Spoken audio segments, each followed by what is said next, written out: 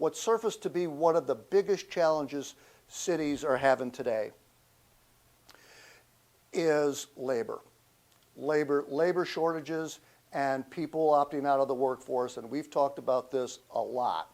There's a lot of turnover in all these organizations because these city and state governments are so enculturated in antiquated space. They're so enculturated in antiquated processes.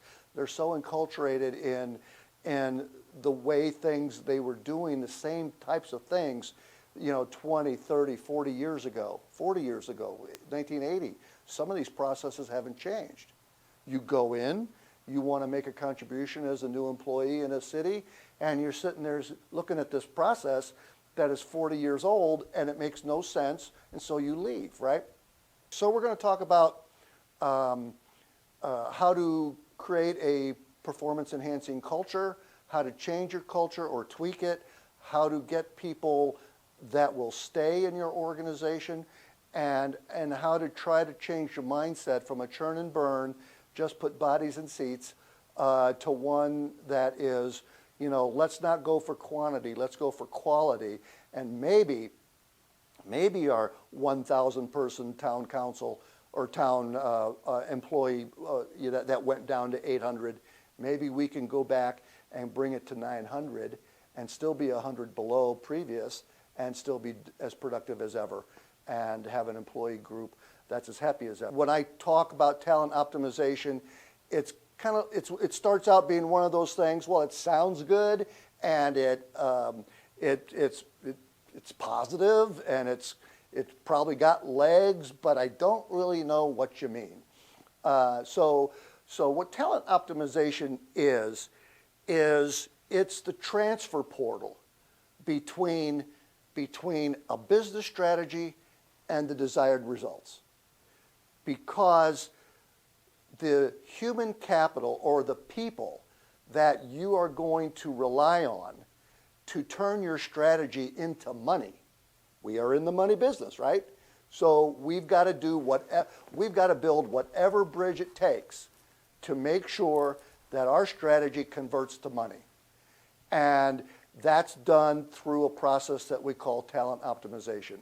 It is the human capital side of getting the results that you planned, getting the results that you need, and making sure that your team stays alive, energized, pumped up, results-oriented, deadline-driven.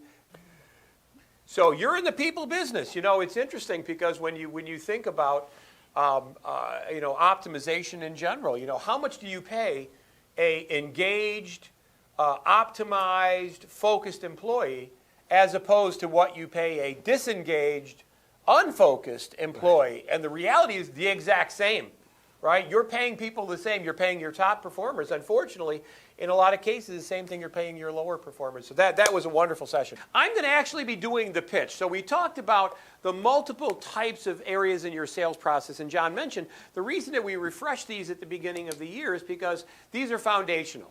We talk about, developing relationship, and we talk about setting clear expectations, and we talk about the qualifying process to make sure people have money and they have a compelling reason to buy, and that they have and that they are in fact the decision makers. And we talk about flipping the script, and the idea was that you would qualify, and you would qualify hard. And that you would close early on in the relationship, and you would only do the presentation for the people that A, had the compelling reason to buy, actually had the money, and they were the players. Because if you try to close somebody who really doesn't have a compelling reason, or B, doesn't have any money, or C, even if they have any money but they're not authorized to spend it, the best that you're going to get when you try to close is a thank you, let me sleep on it, let me talk to my boss, but some version of think it over, it's not happening now. And you're only actually presenting, right? You're only actually sharing your solution, right? Because we're problem solvers looking for problems to solve.